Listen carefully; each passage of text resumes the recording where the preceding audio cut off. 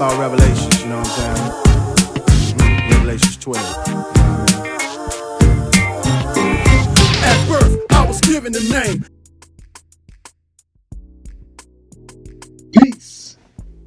Here we go. Another day from the desk of Apocalypse. Dogs to God's Entertainment. With a quick word of reflection. And once again, welcoming you to this season, Walking the Road to Recovery, 9 Steps in Motion, on this podcast from the desk of Apocalypse. This is our introductory phase, and we are very, very, very excited. We are now at step number 6. You know, I have a question. How long does it take to be successful? That's a good question. And then I'm going to give the answer. From my humble perspective, the answer is until.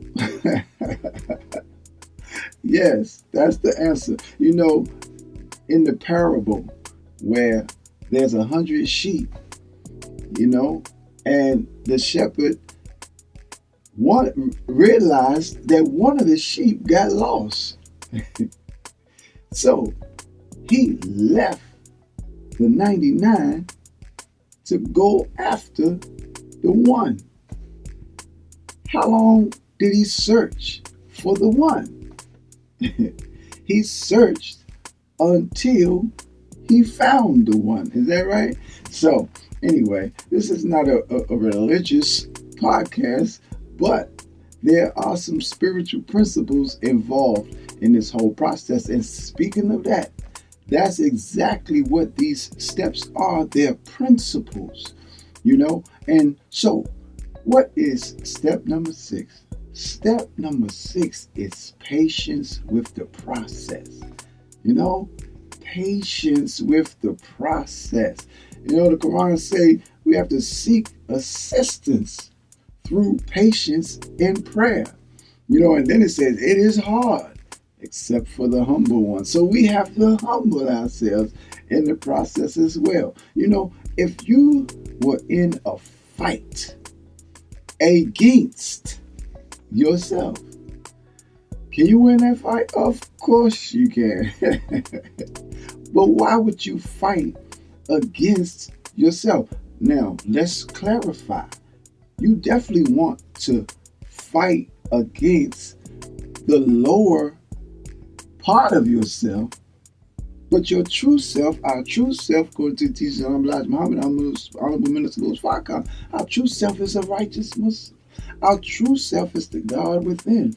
Our true self is that force and power and energy of love and energy of God himself, who breathed into us of his inspiration so that we can become a living soul, so that we can live out a purpose, live out his divine purpose for our life. So in that sense, you definitely want to nurture, develop, and strengthen your true self to fight against the lower nature. However, in your process, in our process on this road to recovery, the last person you want to fight is yourself. Picture that. You're in your corner. Bell ring. Ding. You go center ring. You look. You ready. And it's yourself. Man, you might as well throw in the towel. That's an easy knockout because you know your strengths, you know your weakness, you know when to cover, you know when to swing. So in this process towards recovery, first of all, get on the road. You know what I mean? Make the decision. Find the love. Out with the old you. In with the new you. Process the data. You know what I mean? Know thyself, right? Then you have to be patient with the process. You know what I'm saying? Look, if you walked outside your door and you tripped and you fell, are you going to stay there? If you didn't seriously hurt yourself, you're going to pop right back up and keep it moving, right? And so this is the point that we're making to introduce this patience with the process. The point that we're making is when we make a mistake, it's so easy to sit down on that pity pot and just get the pounding yourself like, boom, boom. But listen, man, then if you keep pounding yourself, then are you going to be able to get up? It's just like since we're using that analogy, right? If a fighter in the ring makes the mistake of throwing a wild haymaker, and when he throw the wild haymaker, he drop his left hand to get all of the force in it. Now you wide open right here for a crispy right hook. You know what I'm saying? So if the opponent sees that you made a mistake, you're throwing this big old hook, a wild hook, and in the process you drop your left, and then they step in and boom, from the other side, hit you with a clean right hook, boom, to the chin. Man, you in trouble, And so now if you get caught with that hook, then you got to regroup. You know what I mean? You got to regroup. You know what I'm saying? And so, and then, and our regrouping, then we prepare ourselves not only to get ourselves together to make it to the end of the round or maybe get you some clean shots in, but at the same time, know and understand that is not a mistake that you want to make again. Right? And so instead of beating yourself up, be patient with the process. Get back on your game plan. You already know what your game plan is. Stick to it and have the heart. Bring the bigger heart to the fight. When you bring the bigger heart to the fight in this process, then you can stick to your game plan. And so that's the point that we want to make before we bring on our brother, who I am so grateful for doing the voiceover for this book. And we're on a mission. And let me tell you something that I'm being patient with. We're on a mission to create stories. 100 stories, 10 stories, 100 stories, 1,000 stories, 10,000 stories, 100,000 stories, 1,000,000 stories. This is a mission, man, to affect the lives of others who are struggling with this demon called drug abuse. And that's our mission. So we're going now. Before I bring Brother Hashim on, if you're in Chicago and you're going to get you something to eat today, come on through to the foodie spot at 7350 South Stony Island Avenue. Hey, Brother Hashim, go get them. Peace. Step 6, patience with the process. Bob and weave, stick and move, plant and swing, use the whole ring.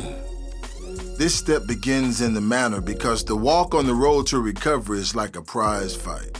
The prize is freedom from self-destruction and self-abuse. The fight is eternal. A good fighter studies the opponent to discover their strengths and weaknesses. This is what these steps are designed to do with oneself. The objective of the fighter is to establish a game plan to protect themselves from the strengths of the opponent and capitalize off of their weaknesses. If the opponent fights a consistent fight and the fighter sticks to the game plan, then there's a good chance for a victory. With this in mind, you should be the last person that you want to fight. Why? Because you know all of your strengths and all of your weaknesses. Picture that. The bell rings. You go centering and look up to face your opponent, and it's you on the other side. That's an easy win. That's an easy knockout. You might as well throw in the towel. The point is that the more you beat yourself up, the more frustrated you become in striving to overcome the difficulty that you face. You don't want frustration to walk you into self-doubt. This can take you completely out of the fight. Understand this process as the battle of your life that you must win. Fight to win. Visualize yourself reaching the goal. Imagine how it feels and embrace the feeling. Imagine being free of drug addiction and being able to accomplish your goals and aspirations. Imagine having the lifestyle that you desire to live, free and clear of drug abuse. Have a strong desire, knowing that desire feeds the will. All of this takes extreme patience. Having patience with the process is so important. When I saw Deacon Jackson say that he had 15 years clean under his belt, and I had the nerve to see myself in his place, the journey seemed so far away. And when the decision is made to start the journey with determination, all it takes is one little setback to take you down. Question: if you were walking down the street and for whatever reason you trip and fall, what is going to be your first reaction? If you're not severely hurt, you're probably going to get right back up and keep it moving. Most people are not going to just sit there pondering on the steps they took and where they went wrong. You're not going to sit there in the middle of the street and beat yourself up about how you ended up on the ground. Get up. Stay in motion. Here's a lesson on patience. At 12 years old, I desired to learn how to play the bass guitar. My mother purchased me a bass, a little amplifier, and a 45 record that taught me how to tune the bass, and they gave me the notes of each open string. That was as much as I was going to get. There was no time or money to pay for any lessons to be running back and forth to. It was so frustrating to get my left and my right hand to coordinate. My left hand would be pressing down on the A string while my right hand was pulling on the E string. Or I would pull on the D string while my left hand was pressing down on the G string. This was driving me crazy, almost to tears on many occasions. To make matters even worse, the blister that began to form on my fingers would hurt so bad that it would bring me to tears at times. However, I wanted to play the bass so bad that none of this mattered. I picked up the bass every day until my hands got coordinated. My desire to play outweighed the pain of the blisters that developed on my fingers. In fact, the blisters hardened my fingers to the point where they became immune to the pain. Having patience with the process was key. The desire to see the end result was also key. It felt so good to get to each stage of my development.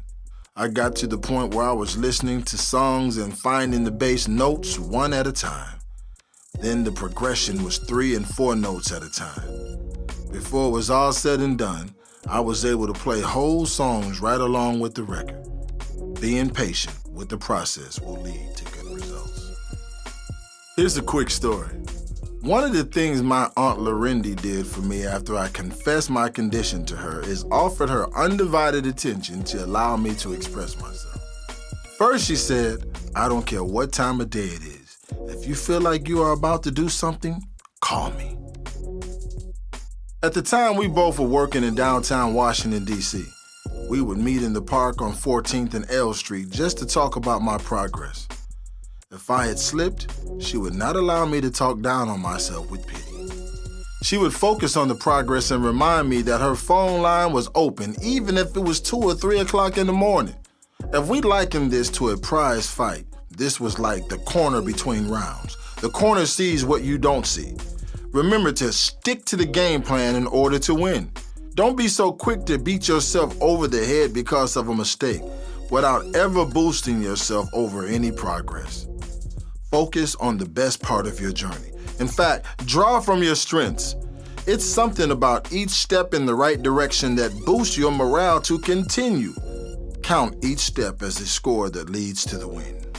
The game is far from being over. However, each score leads to the ultimate win. Patience with the process. Every win is praiseworthy. I found after learning how to put as much energy into acknowledging yourself for making progress as you do in beating yourself down for making a mistake, it will help you to develop enough patience with yourself to win. Patience is the capacity to accept delay. Patience is the trouble or suffering without getting angry or upset. Keep your eyes on the goal. You have entered into the process.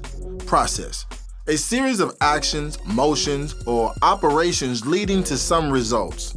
Process means a series of changes that occur naturally. In this writing, there are a series of steps designed for forward motion. These steps are operating procedures that lead to results. In order for something to lead, it has to be followed. Steps towards recovery causes us to make changes from our natural behavior in hopes to walk us into our very nature, which is to be upright human beings. Stay in motion. The universe is constantly moving. We are universal creatures. If we are not in motion, we are out of universal order. In this title of this writing, we say 9 steps in motion. Motion is the action or process of moving or being moved. So let us reiterate that these steps are continuous. They have to become culture, because if we are in a never-ending process to become all that we can become, then consistent motion forward is necessary. This is also why we use walking the road to recovery. Walking is a verb. This also implies that the journey is a continuous action. We cannot get comfortable and complacent. Pace yourself and keep it moving. Take a deep breath.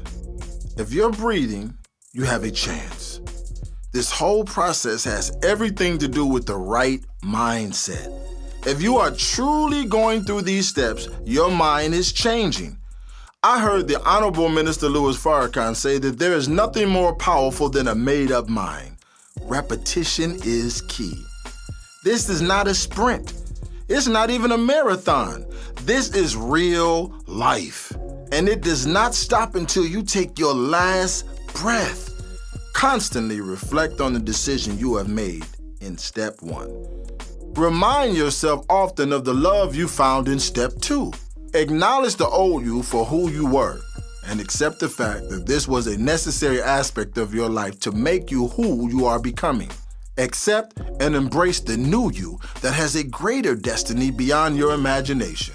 In your walk on this road to recovery, consider that all your data, good or bad, is to develop you to serve a purpose that only you can fulfill. So, you might as well be patient with the process and reap the rewards that each lesson gives.